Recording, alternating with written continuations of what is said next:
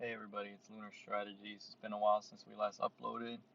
The last time we did our last video, we sold puts and everything on AMC, and we actually ended up getting a sign. Been real busy the past few weeks, so haven't had a chance to record. I know that's always my excuse, but my goal is to put out content every once a week.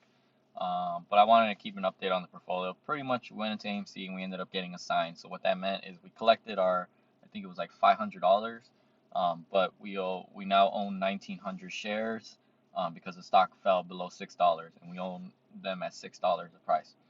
Now there's two things that are happening right now. Well, AMC is actually having its earnings report as we speak right now. So we're either going to go all the way down or we're going to keep going up, depending on how the report looks. I do know that AMC just announced that they're partnering with Zoom, so that's a benefit to us. It looks like a good partnership, and that's why the stock, I believe, is going up. That being said, I don't want to own AMC shares really. Never really wanted to, uh, but unfortunately we got assigned. So I ended up selling a $5.50 call because now we own shares. So this is a good learning experience on how the wheel strategy works. So now that we have assigned shares, we're not selling puts anymore. We're selling calls because we own shares. And basically, this is saying that the person who's buying this call from us has the right to force us to sell our shares at $5.50 whenever they want to, or when the contract expires if it's in the money. So what I mean by that is, as long as AMC is above $5.50, we're going to be forced to sell our 1,900 shares essentially. Now, of course, that sounds like a loss because we own shares at $6, and it is. But this is where it comes into hedging our positions, which is what hedge funds do. So essentially, we would do the math. So for every share we own, we're taking a 50-cent loss. So if we own 1,900 shares, which we do, at 50 cents, we are taking a $950 loss. However, last week we sold puts and we collected about, I believe, $400. So that means we're at 550. And then from here, I collected about $590 when I sold these calls. So now we're basically making a profit of $40 this week if we are forced to sell our position. Now, it's not a lot of profit because we ended up using our profits from last week to cover ourselves essentially, and also the profit this week to only make $40, which isn't a lot. But the good news is I won't be in AMC anymore if it stays above 550. If it does, then I will be. Then if it doesn't, then I will be still owning shares, and I collect the profit of 500. That's the concept of hedging. You bring the possibility of not collecting a lot, but at the same time breaking even, essentially, or you make a good profit if it doesn't go your position in your way. Another thing you could have done is sell the $6 calls, which one of my coworkers actually did that, and he's in a better position because he's breaking even completely. And if it hits $6, and he'll sell his shares at a break even price, but then he'll collect. I believe he told me he made like $200. So like I said, it could go either way. If it hits $6, it's good for him. If it doesn't, he still has to own shares, but he made $100 this week, and he just have to keep selling calls until he's finally assigned to sell shares. Me, I don't really want to own AMC, so I basically closed and put my position at $5.50. And I think my other coworker who's also watching us is doing the same thing because I don't believe in AMC that much. This stock is not that great, but it's good for premium. So I ended up doing the 550 calls so that way we can collect a little bit more money.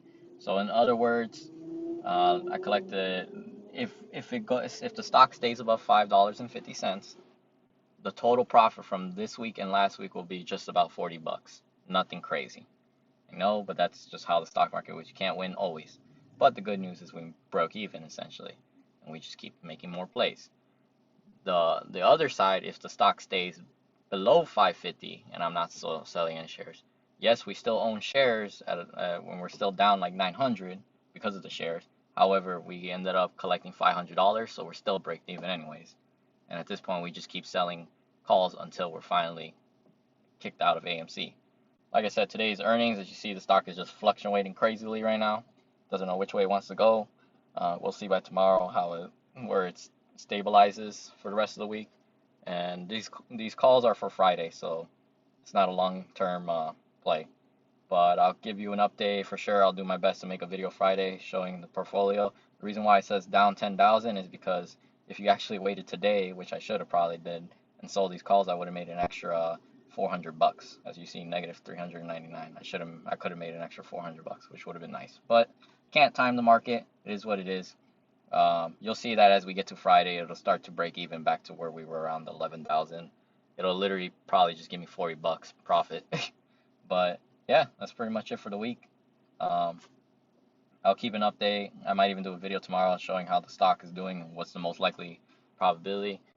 So if you have been following, my recommendation is just sell calls that are at the 550 if you don't care about the profit. You just want to break even and get out and make a couple bucks, or sell the $6 and you'll completely guarantee break even, and you're guaranteed a decent profit about like 100 bucks, which is what my other code. So there's different ways of looking at how to do the wheel strategy. It's just all your personal opinion.